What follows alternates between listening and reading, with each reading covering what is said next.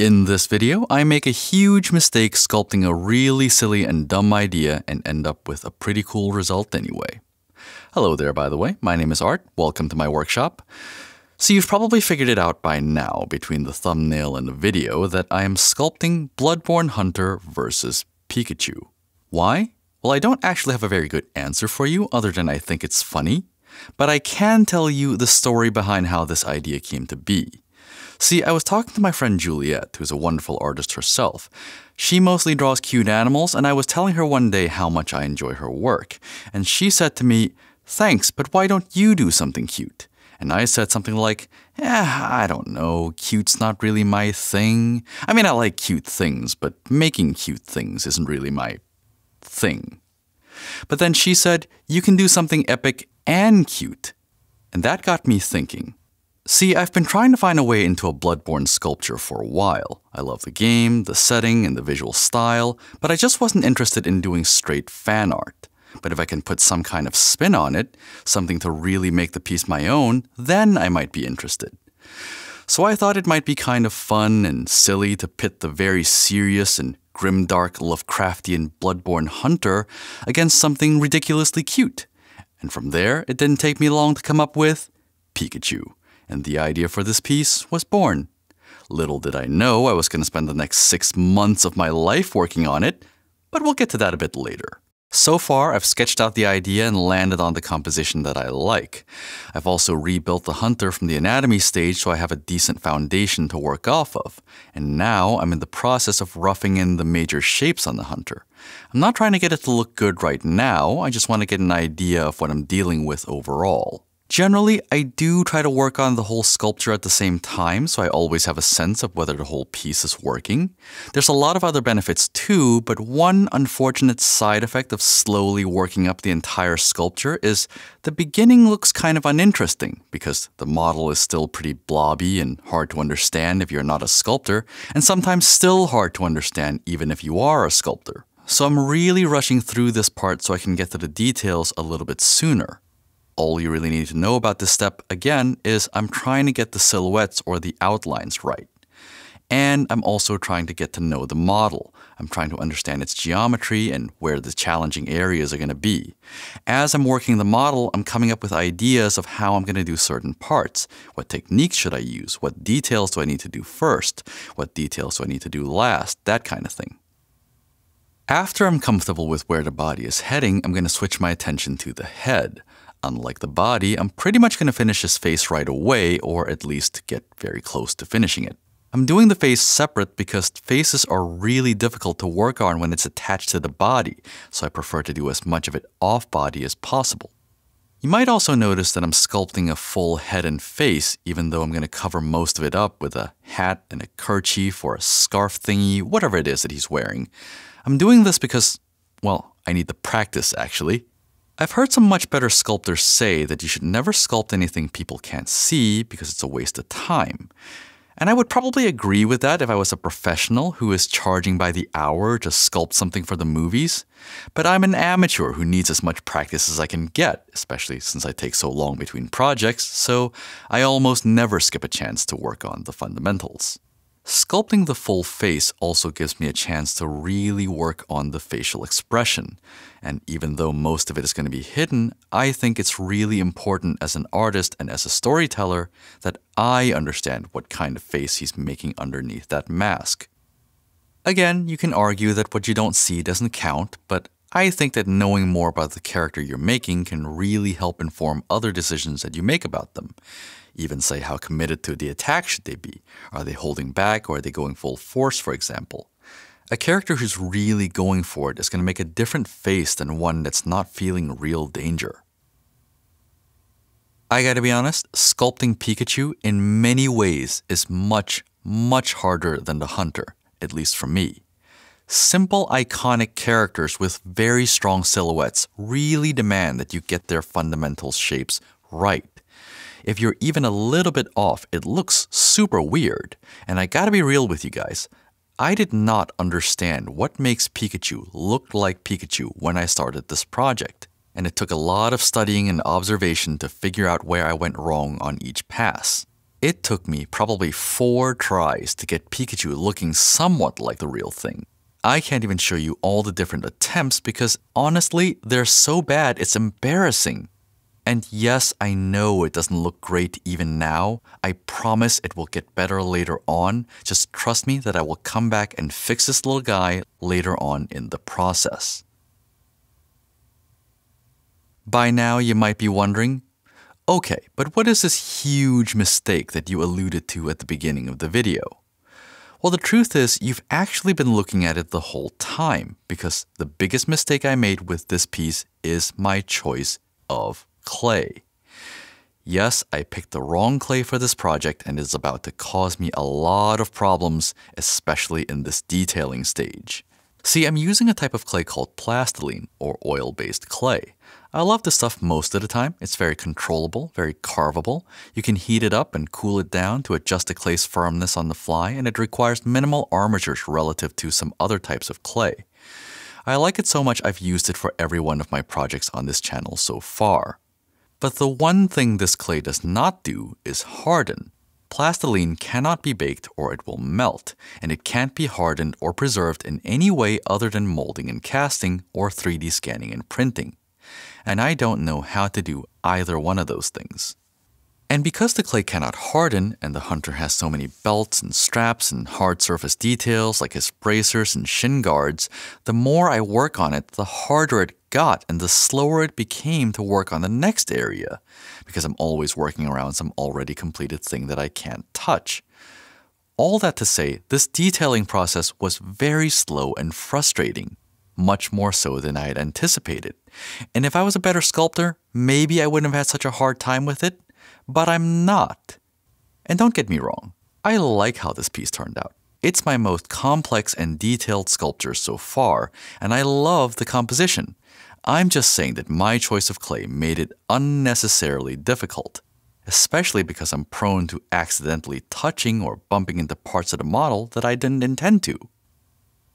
Actually, what you're seeing now is a very good example of how having parts of the model be hard can help, because instead of sculpting the saw cleaver's blade out of clay, I'm using a piece of styrene, which is a soft plastic commonly used in model making and stuff like that. So obviously, it's a lot easier to carve this piece of plastic into a blade than sculpting it out of clay. It's nice and durable, it's easy to file things down to a nice sharp point, and you never have to worry about accidentally putting a gouge into it because, say, you forgot to clip your nails that day. But the real party trick is this next part where I'm using the styrene blade as a hard platform to sculpt clay bandages on top of. Sculpting strips of bandages on a plastic blade is a hell of a lot easier than putting clay bandages on a clay blade. And I just wish I had used the kind of clay that opened up this technique to more parts of the model. Like this pistol, for example. This too would have really benefited from being made out of a clay that could harden, so I didn't have to be so careful around it all the time. But you get the idea. Another reason this piece was a mistake from me specifically is the timing of when I chose to start the project. What I mean by that is, during the course of this project, my life suddenly got super busy. I moved apartments, I started a new job, I had a big family trip overseas, among many other interruptions from life in general. Basically, I had unknowingly chosen the project with a massive scope, mostly outside of my skill set, at a time when I suddenly had a lot less time to sculpt for funsies. You have to understand, I have never sculpted a character this physically complex. There were so many parts of this project that I did not know how to do at the start, and I had to learn how to do it as I went. I mean, that was the point of the project for me, but I had thought that this was going to be a good chance to practice some new skills and techniques and work on a fun and silly idea while learning something new in the process. But I just did not understand what I was signing up for. And even more importantly, I was too stubborn to stop and change projects midway. What I should have done was put this project aside for something simpler as soon as I figured out that it was a massive project. But no. I was too stubborn, and after spending a couple of weeks on the piece, I was no longer willing to throw away that time to start something simpler. And 6 months later, here we are. Speaking of stubborn, I'm sculpting the base from the same plastiline clay as the figures, which is probably the hardest and worst possible way to do this. You see, one of the things that's hard to do with this kind of clay is make large, even geometric shapes, like say a gravestone and a giant rectangular platform that it's sitting on top of.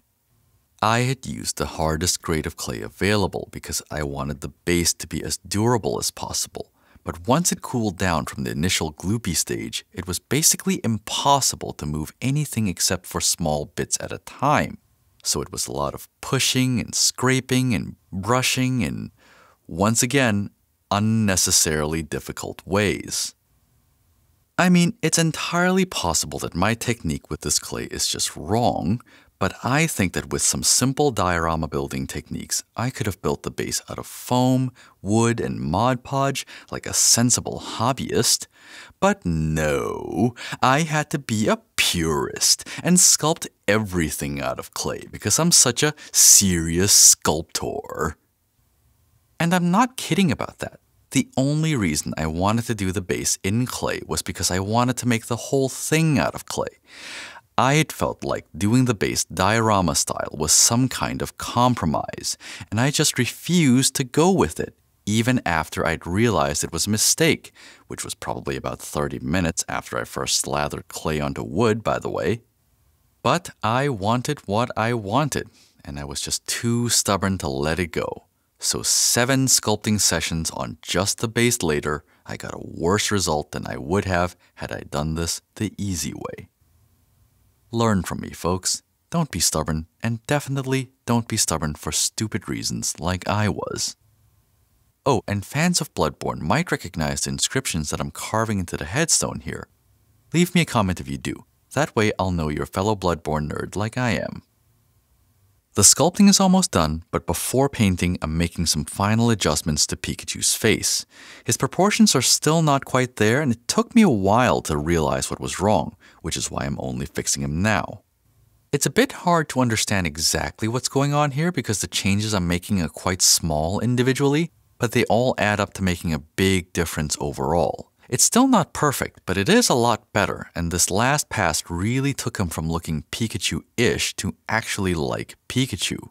It just goes to show, sometimes you need a little bit of time away from something to see the problem. This is why, unlike me, you should work on multiple projects at the same time.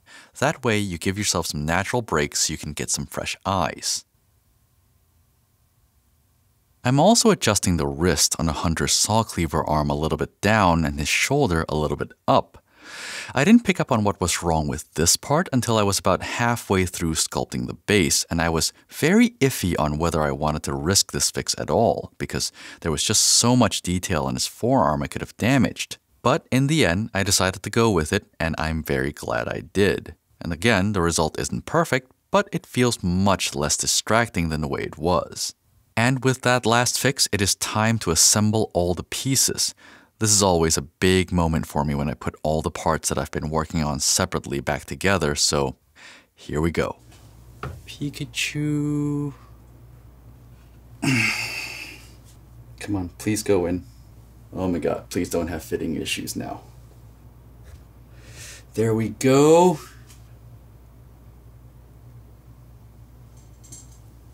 Oh! Yes! Oh my god! Oh my goodness! Months of work concentrated into this stupid lump of clay right here. I'm honestly at a loss for words. This has been a long, long road. And all for what? It's all for this stupid thing! What a waste of time. I mean, it's a waste of time, but it's not, right? The journey of completing the sculpture truly is, like, the point. It's not a perfect sculpture by any means, but I still love it, you know? This sculpture represents such an extended period of time in my life. It means way more to me than the thing itself. Was it all worth it? 6+ months of work for this piece? I don't know. I really don't know the answer to that. If nothing else, I certainly learn a lot from it. And maybe it doesn't matter if it's worth it because either way, I'm going to stick with it to the end. In any case, there's some painting to be done, so let's concentrate on that and we can get introspective some other time. Speaking of painting though, this sculpture went through a long, ugly phase at the start of the paint job. So far, whenever I paint a sculpture, there's a period of time in the beginning when I'm laying down base colors that I say to myself, I think I might have just ruined this. And that certainly was true for several days while I was working on this guy. I really thought the paint job was going to be at least fairly straightforward, if not easy, because the color scheme is already decided, and all I really had to do was figure out what techniques to use. But just finding the right color, like the right tone of brown or a gray that's not too warm or too cool, or the right shade of gold was a challenge. I must have repainted some of these parts like 3 times just to get the color that felt right to me. All the while I'm thinking, oh my goodness, I've ruined it. Oh my goodness, months of work, destroyed. What it really comes down to is a lack of experience. I just don't know what I'm doing when it comes to painting. And I'm not just being falsely modest about that. This is only the 3rd model I've ever painted. Whenever I start sculpting a piece, I tend to have a fairly high confidence even when it doesn't look very good because I can picture the final result. I've sculpted enough characters to know that it doesn't matter if it's ugly now. I know how to make it look good in the future, but I don't have that with painting. So when I see a partially painted model looking ugly, I just think, oh no, oh no, oh no, I've ruined it, what am I gonna do? Bottom line, I still don't know the painting process well enough to have the same confidence I do with sculpting. And the unfortunate reality is that there's nothing I can do except to paint some more, because the only cure for lack of experience is experience. So if you are sculpting or drawing or painting or cooking or whatever, if you're making something at home and you're having a hard time, maybe the piece you're working on doesn't quite live up to what you had in your mind, or you don't know what to do and you're afraid of screwing it up and ruining it, I feel you. I really do. Take it from me, it will get better. You just have to keep putting in the work and don't give up. As long as you keep practicing the fundamentals and keep working on new projects, you'll get better and better, and before you know it, you'll look down at the thing that you're working on and say, hot damn, that is pretty good. Or however you'd say it. Wow, that was a sidebar, huh? Anyway, let's get back to the painting, shall we? Right now I'm adding some washes to the leather and metal work on the hunter's outfit. I'm doing this to add some depth and dimension to the various parts and also add some richness to the color. I'm just applying liberally and dabbing most of it off. I don't want the paint to pool outside of those little cracks and crevices.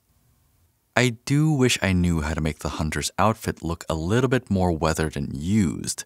Washes can help with that, but it really doesn't get you there by itself. And between you and me, I really wanted to put some blood spatters on the hunter's saw cleaver and kind of all over his outfit as if he'd just waded through a crowd of monsters on his way to this Pikachu boss fight.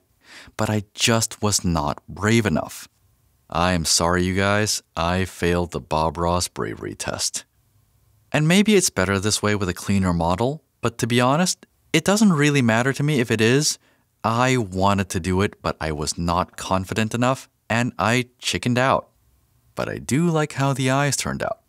This is my first time painting human eyes, and of course, me being me, I could not keep it simple and decided to add a little bit of light silver to the blue in his iris.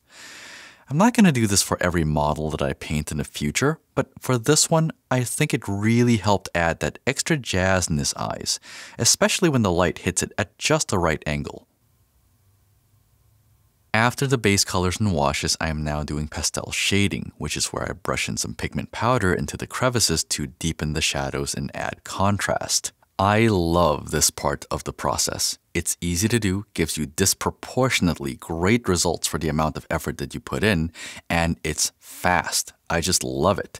And it always surprises me at least a little bit whenever I see how the model looks after shading.